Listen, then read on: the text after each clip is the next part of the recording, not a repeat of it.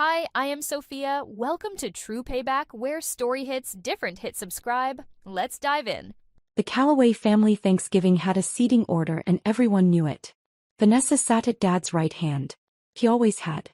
From the time we were children, that chair, the one closest to the head of the table, the one where Dad could lean over and whisper proud things into your ear, belonged to my sister. I had learned somewhere around age 9 to stop trying to sit there. Mom would redirect me before I even pulled out the chair. "That's Vanessa's spot, Reagan. You know that." I knew that. I knew a lot of things by the time I was 31 years old and driving my rental car through the hill country toward my parents' house in Kerrville, Texas, on the Wednesday before Thanksgiving. I knew the seating order. I knew the conversational order. Dad would lead, Vanessa would perform, Mom would beam, and I would answer direct questions politely and otherwise remain scenery.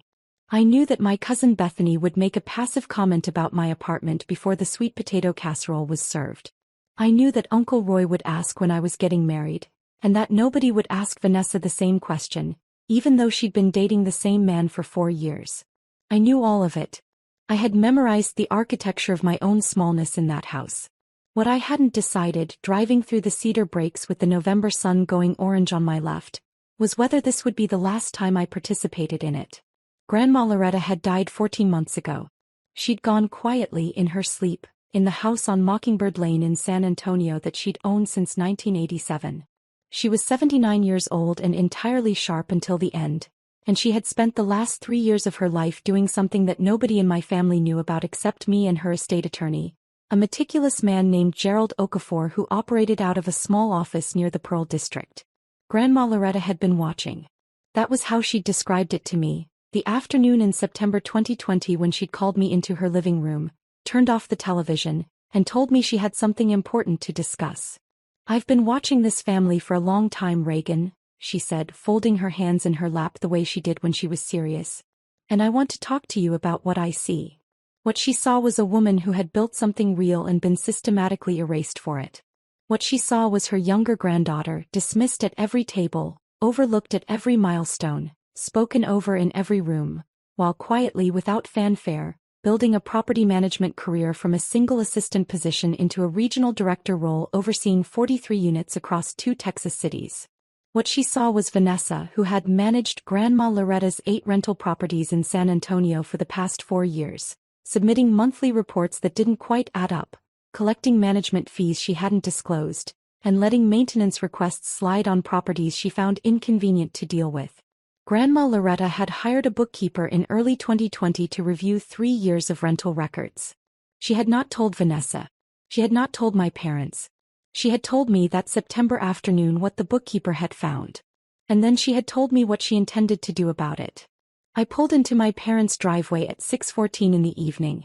The house was lit up warm and gold through the windows. I could see movement in the kitchen.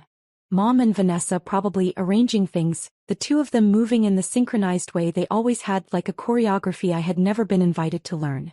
I sat in the car for a moment. I thought about Gerald Okafor. I thought about the folder in my bag. Then I went inside. Let me tell you who I was so you understand what they were dismissing. I graduated from the University of Texas at San Antonio with a degree in business administration and a minor in real estate finance. I was not celebrated for this. Vanessa had graduated from UT Austin the year before. The flagship campus, the one Dad had gone to, the one that mattered, and my graduation had been attended by my parents with the energy of people completing an obligation. There were no parties. There were no framed photos on the fireplace mantel. There was a dinner at a chain restaurant and a card with $50 in it. I started working at a property management firm in San Antonio 3 weeks after graduation. Entry level. I answered phones, processed maintenance requests, and learned how every system in a managed property worked from the ground up. My supervisor, a woman named Carmen Vasquez, recognized early that I had a specific kind of mind for this work. Detail-oriented, patient, capable of holding large amounts of information without confusion. She promoted me twice in 18 months. By the time I was 26, I was managing a portfolio of 12 residential properties independently. By 28, I was a senior property manager overseeing a team of 4. By 30, I had been recruited away by a larger firm, Meridian Residential Partners, and given the title of regional director for their Central Texas portfolio, which included 43 units across San Antonio and Austin. My salary was $127,000. I had a 401k in good shape and a reputation in the industry that had earned me an invitation to speak at the Texas Apartment Association conference 2 years running. I had never mentioned any of this at my parents' dinner table in any meaningful way. Not because I was hiding it, I had tried early on to share it. But there is a particular kind of silence that a family can produce when you speak. A silence that communicates not absence of sound but absence of interest, and I had learned to recognize it. My achievements produced that silence. Vanessa's achievements, her marketing job, her social media presence, her ability to make Dad laugh, produced warmth, questions, follow-up. So I stopped offering. I answered what was asked and said nothing more. Meanwhile, Grandma Loretta was paying attention. She had always been different from the rest of them. She was my father's mother, which meant that technically she should have favored him, favored his golden daughter, favored the version of the family story that painted Vanessa as the capable one. But Grandma Loretta had built her own things. She had purchased her first rental property in 1979 with money she'd saved from 15 years of bookkeeping work. She had built her portfolio to 8 properties over 3 decades of careful, unglamorous work. She understood from her own life what it looked like when someone was doing the real thing quietly. She recognized it in me. We had developed our closeness gradually, over Sunday phone calls and visits I made without being asked, while Vanessa's visits had become increasingly contingent on what she needed. After Grandpa passed in 2017, I was the one who helped Grandma Loretta sort his paperwork. I was the one who found the lease on the Olmos Park property had lapsed and needed renewal. I was the one who drove to San Antonio on a random Tuesday in March to help her deal with a plumbing crisis at the Blanco Road duplex when Vanessa, who was supposed to be managing it, didn't answer her phone. "You don't make a fuss," Grandma Loretta told me once. "You just show up and fix it." That was, I had come to understand, the highest compliment she knew how to give. Grandma Loretta's bookkeeper was named Philip Serrano, and he had been working in estate accounting for 22 years. Grandma hired him in February 2020, gave him access to 4 years of property records, and told him to reconcile everything independently without contacting Vanessa or my parents. He worked for 3 months. His report was 41 pages. Grandma walked me through the summary that September afternoon with her reading glasses on and her voice perfectly steady, the way she was steady when she was most upset. The rental income discrepancies began in 2017, the year Vanessa had taken over management. Small at first. A few $100s a month in inconsistencies, the kind of thing that might be written off as rounding errors or minor accounting differences. But they accumulated. And as the years passed they grew less subtle. Vanessa had been collecting full rent from tenants and reporting partial amounts to Grandma. She had been invoicing for maintenance work that was either never performed or billed at rates 2 and 3 times the actual cost, using a handyman who, Philip discovered after some digging, was her boyfriend's brother. She had charged a property management fee of 12%, a fee Grandma had never formally agreed to, every month for 4 years. The total discrepancy across all 8 properties from January 2017 through December 2020 was $287,400. Nearly $300,000. Grandma sat quietly after she finished walking me through it. She took off her glasses. She looked at the middle distance for a moment. "I'm not going to confront her," she said finally. "Not yet. Not the way your father would want me to, making a scene, giving her a chance to explain it away, watching your mother defend her." She looked at me. "I'm going to protect what I built. And I'm going to make sure it goes where it should go." Gerald Okafor had already been called. Over the next 4 months, Grandma Loretta transferred all 8 San Antonio rental properties to me through a combination of quit-claim deeds and an irrevocable trust structure that Gerald designed specifically to withstand challenge. Each property was transferred individually. Each transfer was properly recorded with the Behar County Clerk's office. The trust was funded, documented, and sealed. Grandma called me in January 2021, after the last deed was filed. "It's done," she said. "Gerald has your copies. The originals are filed. There is nothing your father or sister can do to undo this. I checked with 2 other attorneys to be sure." She paused. "Take care of those properties the way they deserve to be taken care of," she said. "I know you will." She died 11 months later. I was with her. The properties had been generating income in my name for 14 months by the time I drove into my parents' driveway for Thanksgiving. I had retained Meridian's maintenance team to handle the units properly. All 8 were fully leased. 3 had undergone renovations I'd funded from reserves Vanessa had depleted. The Olmos Park property, which had been chronically underperforming, was now generating $2,800 a month. My parents did not know any of this. Vanessa, who had continued collecting rent on properties she no longer legally managed, because she apparently hadn't checked the county records, was about to find out. The dinner table seated 14. Mom had outdone herself the way she always did. Turkey and 3 kinds of side dishes, the good china, candles. Vanessa had brought a store-bought pie and received a round of applause for it. I had brought a handmade pecan pie from a bakery I'd driven 45 minutes out of my way to visit, because Grandma Loretta had loved pecan pie, and I had set it quietly on the counter without announcing it. No one mentioned it until dessert when Mom said, "Oh, who brought this?" and served it without waiting for an answer. The meal progressed predictably. Dad held court at the head of the table. Uncle Roy asked about my love life within the first 15 minutes and then moved on. Cousin Bethany mentioned that she'd seen a cute little apartment complex in my neighborhood, and wasn't that near where I lived? Vanessa talked about a marketing campaign she was leading at work and received rapt attention. I ate my turkey and watched.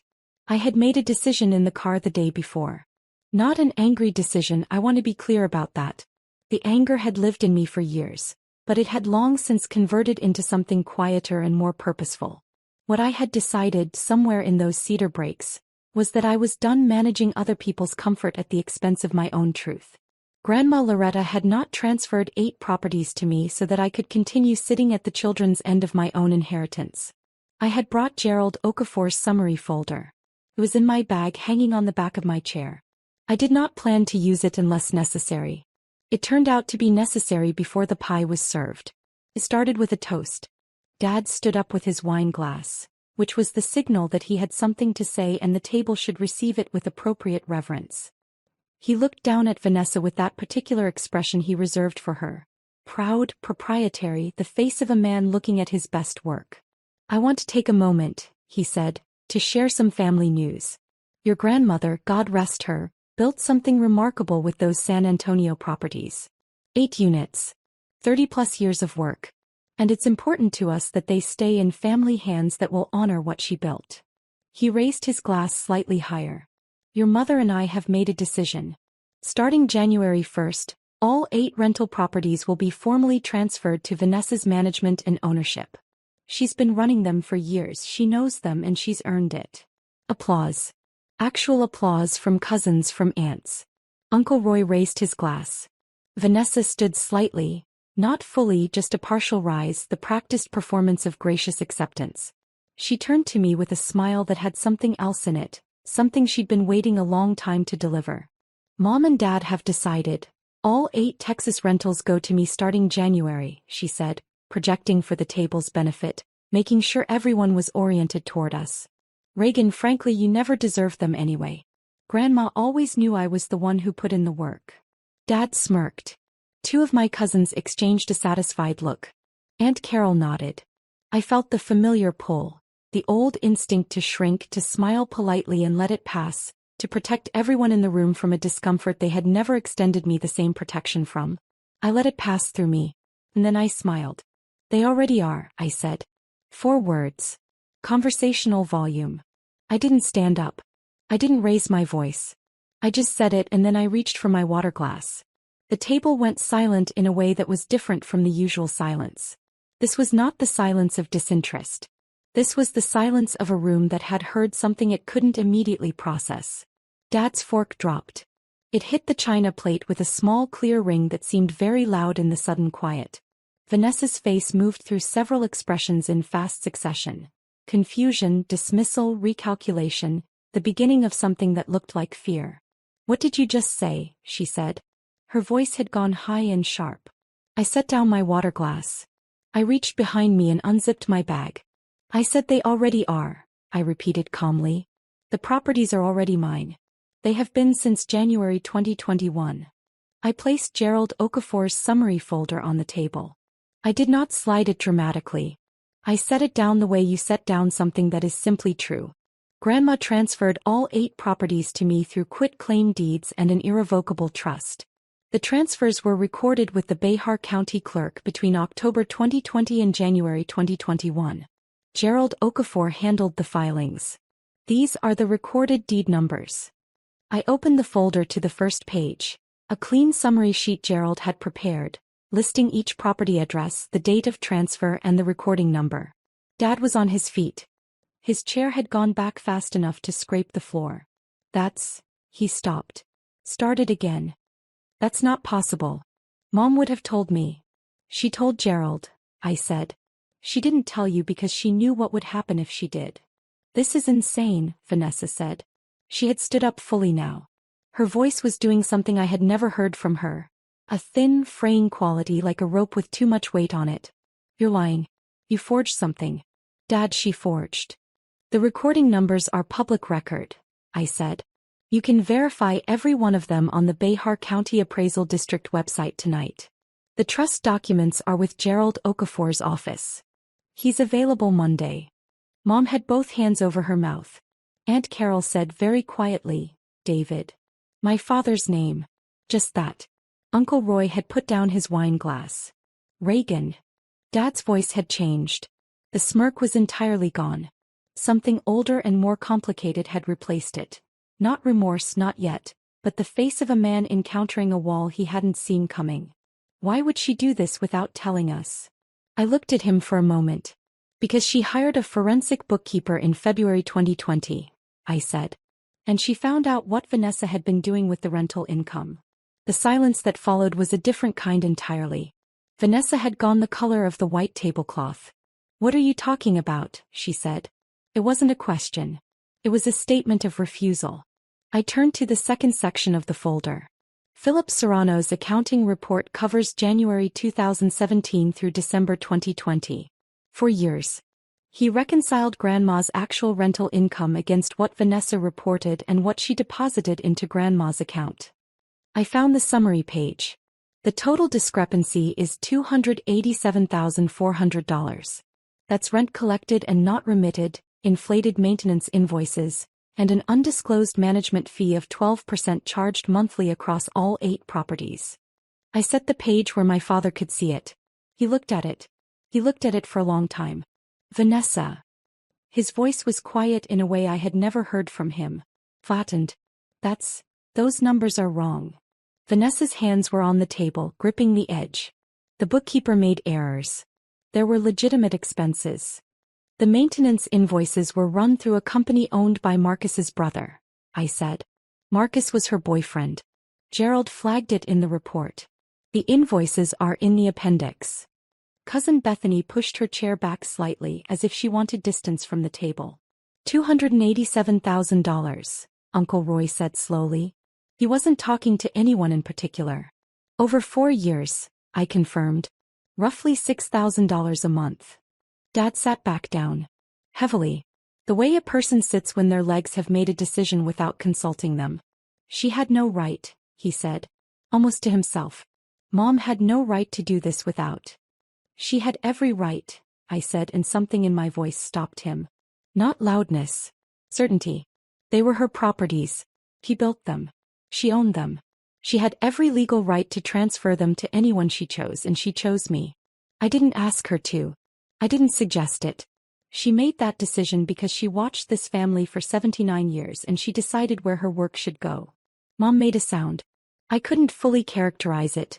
Grief, maybe, or the beginning of something she didn't want to look at directly. Reagan, she started. Mom. I said it gently. I'm not angry. I want you to know that. I'm not doing this to hurt anyone.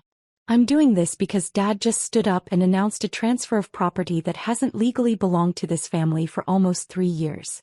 Someone needed to say something. Vanessa left the table at 6:47. She went upstairs. I could hear her on the phone, the specific urgent murmur of someone making calls they needed to make in private. I assumed she was calling Marcus. I assumed she was also at some point trying to verify what I'd said about the county records. The table cleared in a way that was less celebration and more dispersal. Aunt Carol took her children to the living room. Uncle Roy helped himself to more wine and said very little. The cousins who had cheered 40 minutes earlier found reasons to be elsewhere. Dad sat at the table for a long time after most people had moved. Mom sat with him. I stayed too. She'll say you manipulated Mom, Dad said eventually. She can say that, I said. The documents will say otherwise. You should have told us. I looked at him. I took a moment before I answered because I wanted to answer honestly and not cruelly. I didn't tell you because Grandma asked me not to until it was necessary, I said. And because every time I've tried to tell this family something real about my life, it gets treated like it doesn't matter. I didn't want to fight about it. I just wanted to honor what Grandma trusted me with. Dad didn't respond to that. I don't know if he heard it the way I meant it. But Mom looked up. And something in her face shifted. Small, barely perceptible. The movement of a woman who had been holding a certain story in place for a long time and had just felt it become harder to hold. She was sending you money, Mom said quietly. The last few years. I always wondered. She was sending me my portion of the rental income, I said. As the legal owner. Gerald managed the distributions. Mom nodded. Fully. She always talked about you differently, she said, more to herself than to me. I told myself it was just. She stopped. I didn't push it. Some things need space to be understood, and that night was not the time. I had one more conversation before I left. Vanessa came downstairs at 9:15, composed in the deliberate way of someone who had spent 2 hours reconstructing their composure.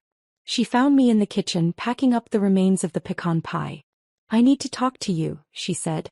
Hey, I said. Whatever is in that report, there are explanations.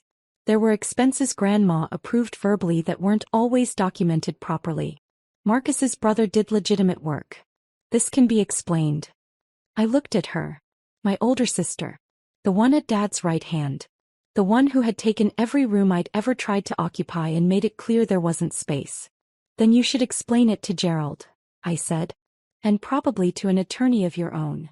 Reagan. Vanessa. I closed the pie container. I didn't commission the accounting report. Grandma did. I didn't record the deeds. Gerald did. I didn't create the discrepancy. You did. I picked up my bag. I've spent 31 years making myself small enough for this family to be comfortable. I'm not going to make myself small about this. I left the kitchen. Gerald Okafor sent a formal letter to my parents the following Monday, confirming the property transfers and offering to answer any questions about the documentation. He included the trust instrument, all 8 recorded deeds, and Philip Serrano's complete accounting report. My father called me that Tuesday. It was a difficult conversation. He was not ready to apologize. I didn't expect him to be, but the call itself was a kind of acknowledgement. He confirmed he'd reviewed the county records. He confirmed the deeds were real. He asked about Philip Serrano's methodology and I gave him Gerald's number. Vanessa retained an attorney within the week. Her attorney reviewed the trust documents, reviewed the deeds, and apparently advised her that the transfers were airtight. She did not pursue a legal challenge. What she did pursue, privately, was damage control with my parents. A series of explanations about the accounting discrepancies that I was told about secondhand through Mom, who had begun calling me on Sunday afternoons in a way she hadn't before. The explanations were creative. They were also, Gerald advised me, not his concern unless I chose to make them his concern. I chose to wait. Philip Serrano's report had already been shared with an attorney who specialized in fiduciary fraud cases. Whether I pursued anything further was my decision made on my timeline, and I had not yet decided. What I had decided was the practical matter. I took over formal management of all 8 properties in December. I contracted with a licensed property management company, not Meridian, a conflict of interest, but a firm I had vetted personally, to handle day-to-day operations. I reviewed every lease, every maintenance record, every tenant relationship. The Blanco Road duplex had a plumbing issue that had been deferred for 8 months. I had it repaired in the first week. The combined monthly rental income from all 8 properties, properly managed, came to $31,200. Grandma Loretta had built something real. I intended to honor it. My mother calls me on Sundays. It started tentatively, short calls, weather and small talk, the careful reopening of a channel that had been narrowed by years of a particular family dynamic. But it has deepened. Last month she asked me about the properties, genuinely asked, wanted to know how they were doing and what I was planning. I told her about the Olmos Park renovation. I told her about the tenant in the Fredericksburg Road unit who'd been there 11 years and had always paid early, and how I'd sent her a small holiday card. Mom was quiet for a moment after that, and then she said, "That's something your grandmother would have done." I said, "I know. She taught me. My father and I are in a different place. We talk. It is not easy and it is not resolved, and I have stopped expecting it to be either of those things on a schedule. He is a man who built his understanding of his family around a story that turned out to be wrong in important ways, and that kind of reckoning doesn't happen on anyone else's timeline. What I can tell you is that last month he asked me without prompting to tell him about my work at Meridian. He asked questions. He listened to the answers.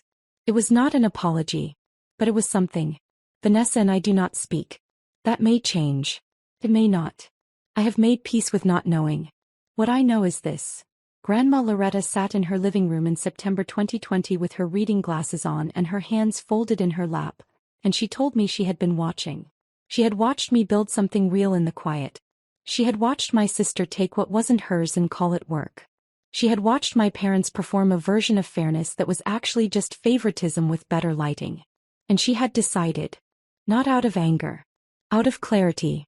She had taken 30 years of careful work, 8 properties, 30+ tenants, thousands of small unglamorous decisions, and she had placed them in the hands of the person she trusted to keep building. She was right to trust me. I sat at that Thanksgiving table and said 4 words, "They already are," and I meant every one of them. Not as a weapon. As a fact. The most important facts don't need to be delivered loudly. They don't need dramatics or speeches or a raised voice. They just need to be true and patient, and documented with a recording number at the Behar County Clerk's office. Grandma Loretta taught me that too. The pecan pie, for what it's worth, was exceptional. 2 of my cousins told me so on the way out. No one brought up who made it. But I knew.